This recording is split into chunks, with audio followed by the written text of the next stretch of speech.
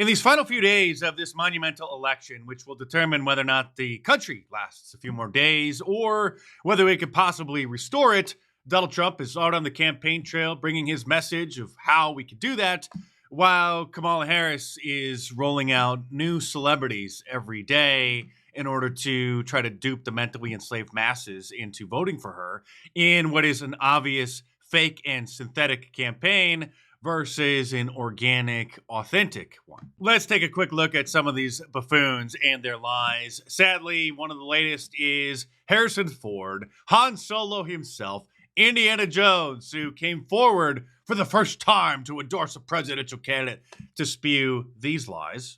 The truth is this: Kamala Harris will protect your right to disagree with her about policies or ideas, and then, as we have done for centuries. Which is why she literally led the charge to have Donald Trump banned from Twitter back in 2020.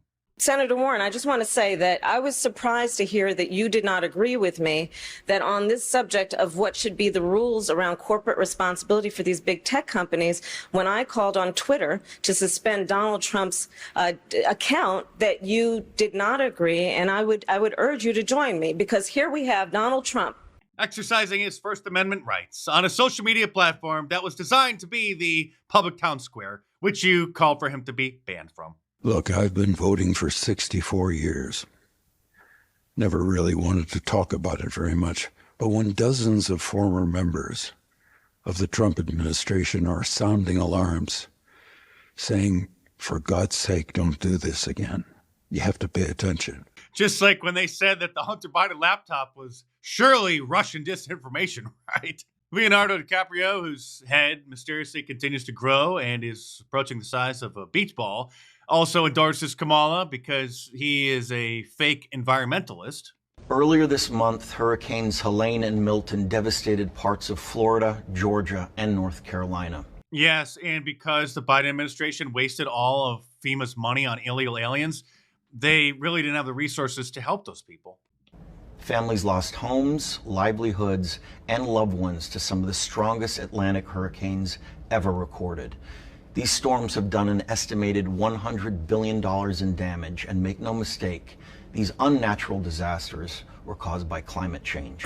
Now they're unnatural disasters. Which reminds me, whatever happened to the supposed hole in the ozone layer that they were fear-mongering us Gen Xers about back in like the late 80s and early 90s was going to destroy the planet? Seriously, in the last 25 years, have you ever heard any of the climate change alarmists mention the supposed hole in the ozone layer once? Climate change is killing the Earth and ruining our economy.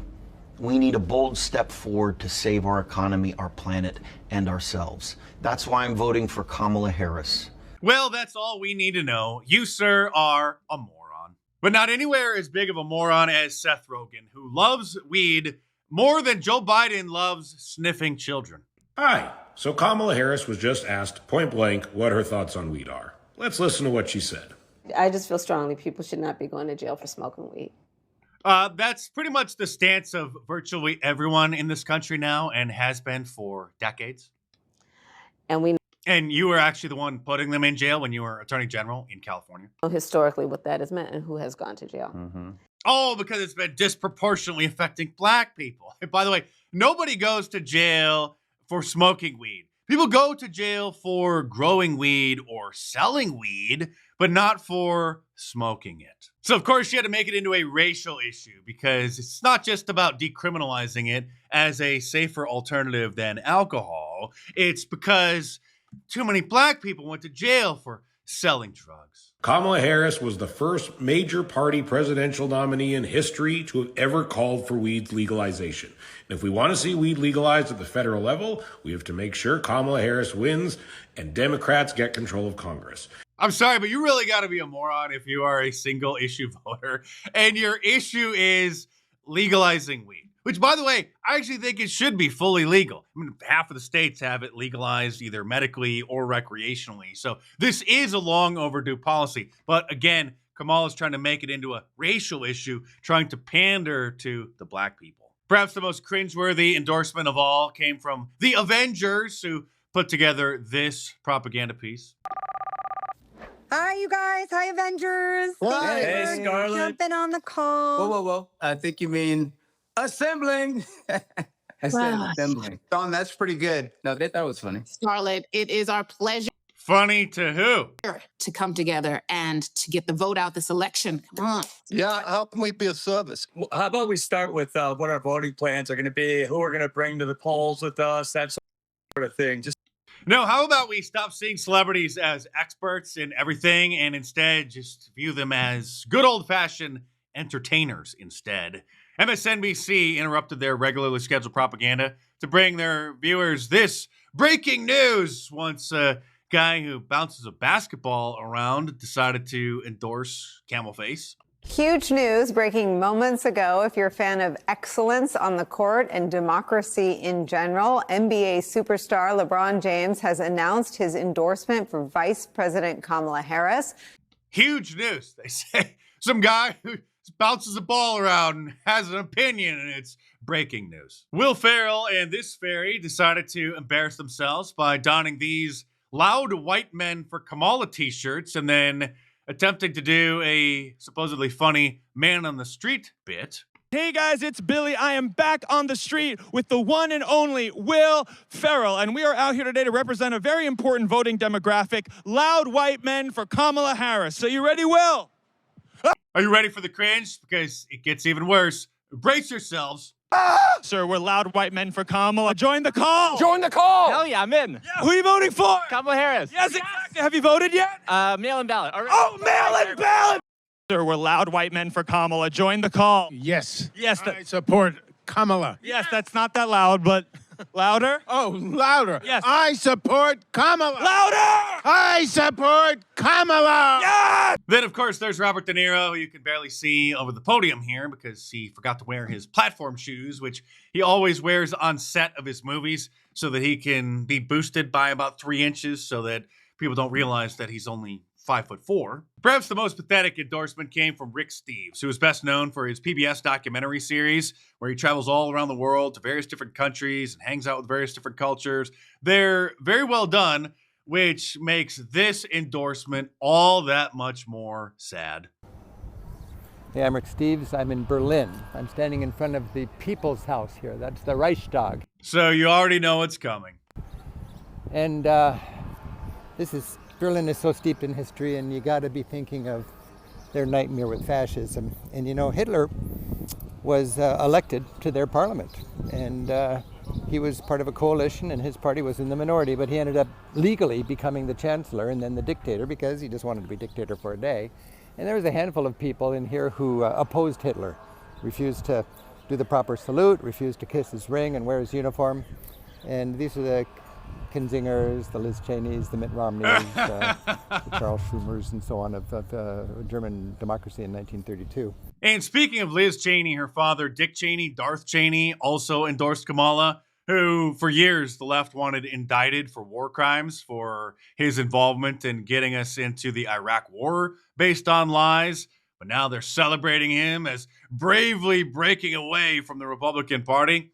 Now they're very sad that George W. Bush also hasn't endorsed Kamala. At least not yet. We'll see what happens over the next couple days. You never know. Give me some insight in what it took for your father to make a similar decision and why George W. Bush has not.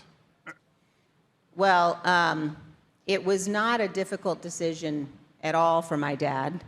He has been... As soon as he heard that President Trump was against foreign intervention in getting us involved in pointless wars, then Dick Cheney got really upset. Absolutely, I would say, as concerned for maybe even longer than I have been about the danger that Donald Trump poses. And I can't explain why George W. Bush hasn't spoken out, but I think it's time, and I wish that he would. But thankfully, comedian Ricky Gervais issued a statement in the wake of these celebrity endorsements, saying this. Hi guys, Ricky G here, wellness and beauty influencer. As a celebrity, I know all about stuff, like science and politics. So trust me when I tell you who you should vote for.